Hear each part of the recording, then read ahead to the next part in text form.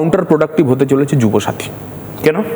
84 লক্ষ আবেদন করেছে, বাজেট প্রভিশন ছিল, এদের ভাবনা ছিল 20-22 লক্ষ। যুবসাথীর টাকা ঢুকে গেছে তো, সব বলছি 20-22 লক্ষ অ্যাপ্লিকেশন হবে, 1,000-5 কোটি টাকা লাগবে।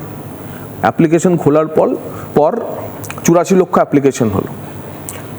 আমরা চ্যালেঞ্জ করেছিলাম যে 84, কারণ এখনও তার ডেটা এন্ট্রি হয়নি। 65 লক্ষ যে ব্লকে ব্লকে জমা পড়েছে তার ডেটা এন্ট্রি পর্যন্ত হয়নি।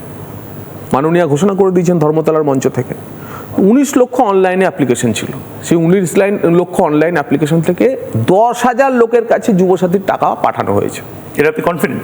বলছি আমি তো, খবর এটা, ব্রেকিং নিউজ। 10,000 আজকে 10 লক্ষ লোকের ঝাড়াই বাছাই করে এবং কোনো রকম ভেরিফিকেশন না করে, মানে ময়ূক রঞ্জন ঘোষ স্বনামধন্য সাংবাদিক, আপনি যদি অনলাইনে অ্যাপ্লিকেশন করে দিয়েছেন যুবসাথী, আর ওই 10 লাখের মধ্যে র্যান্ডমাইজেশন আপনি যদি পড়ে গিয়ে থাকেন, আজকে আমরা 1,500 টাকা ঢুকে যেতে পারতো, কিন্তু শুনলাম আজকেও 10 লক্ষ টাকা পাঠাতে পারছে না, এবং এই 10 লক্ষের বেশি টাকা আপাতত দিতেও পারবে না শুনছি। এবং যুবসাথী ব্যাকফায়ার করতে বাধ্য, তার কারণ 84 লক্ষ মানুষকে এরা টাকা দিতে পারবে না। 15,000 কোটি টাকা, প্রায় 1,500-2,000 কোটি টাকা মাসে আগামী 3-4 মাস আর দেওয়ার ক্ষমতা নেই। 1,24,000 কোটি টাকা লোন হয়ে গেছে। কিন্তু 1,500 টাকা করে মার্চ মাস মোবাইলে ঢুকছে, এই মাসটা 10,000 লোককে দিয়েছে, মাত্র 10,000, মাত্র 10,000। মানে কুমির ছাড়া 10,000। কাউন্টার করুক কেউ তৃণমূলের, সরকারেরকে কাউন্টার করুক আমার এই কথার, যে 10,000-এর বেশি দেওয়া হয়েছে, ডিবিটি করা হয়েছে।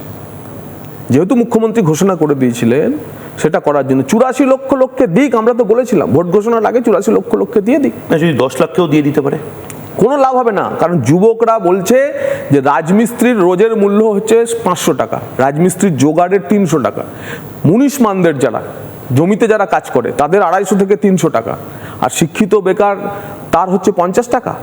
আমি রাজমিস্ত্রি, আমি আমার ছেলেকে শেখাচ্ছি, পড়াশোনা করাচ্ছি, গ্র্যাজুয়েট হবে, যাতে আর মানে যাতে তাকে আর রাজমিস্ত্রির কাজ করতে না হয়। না, একবারও বলছে না যে রাজমিস্ত্রির কাজটা বন্ধ করে দাও, তুমি রাজমিস্ত্রির কাজ করো প্লাস তোমার সাথে 1,500 টাকা দিচ্ছি।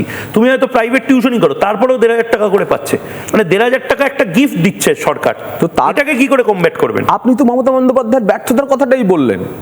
মানুষ সরকারের কাছে 5 বছরের কোনো কিছু চাই কি? মানুষ সরকারের কাছে কি প্রত্যাশা করে? স্থায়ী কর্মসংস্থান চাইতো, স্থায়ী স্বনিযুক্তি চাইতো না। সরকারের কাছে স্থায়ী স্বনিযুক্তির কোনো বিষয় আছে না, সরকারি বা বেসরকারি ক্ষেত্রে স্থায়ী কর্মসংস্থান দেওয়ার কোনো প্রক্রিয়া আছে।